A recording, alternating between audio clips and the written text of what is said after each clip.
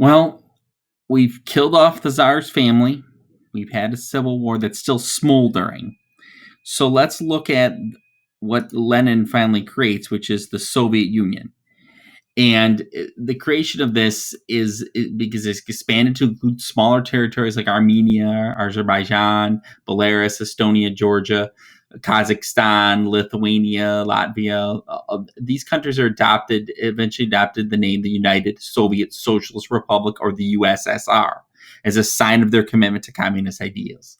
People also call this the Soviet Union. So the word Soviet, those little councils, represented the workers' unions in Russia.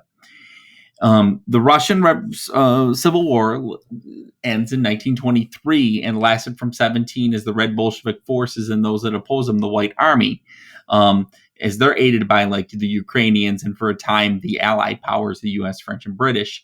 So but the Reds and the Bolsheviks eventually win, and the Civil War devastates Russia. Though I don't want to be very callous about that. Over 15 million people die, in addition to the 5 million that died during World War I. So the country was exhausted and near ruin. Roads, factories, farms just destroyed. Famine and drought are prevalent in the early 1920s, and this only makes it worse. There's assassination attempts against Lenin as he attempts to initiate this new economic policy, allowing some capitalist policies.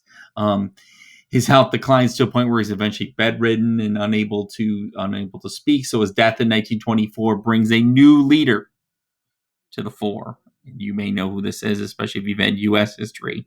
Stalin, also one of the co-revolutionaries. And he was harsh, cruel, established total control when he takes over. He's appointed general secretary of the party's Central Committee in 1922, and he manages to consolidate power. He viciously eliminates any opposition, rules for over 30 years.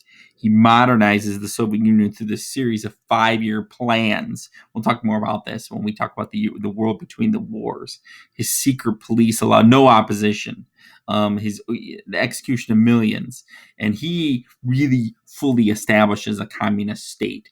He, as a result, Trotsky wanted to try to take over. Trotsky is when Lenin dies, Trotsky wants to try to take over. Remember, Trotsky was the leader of the Red Army.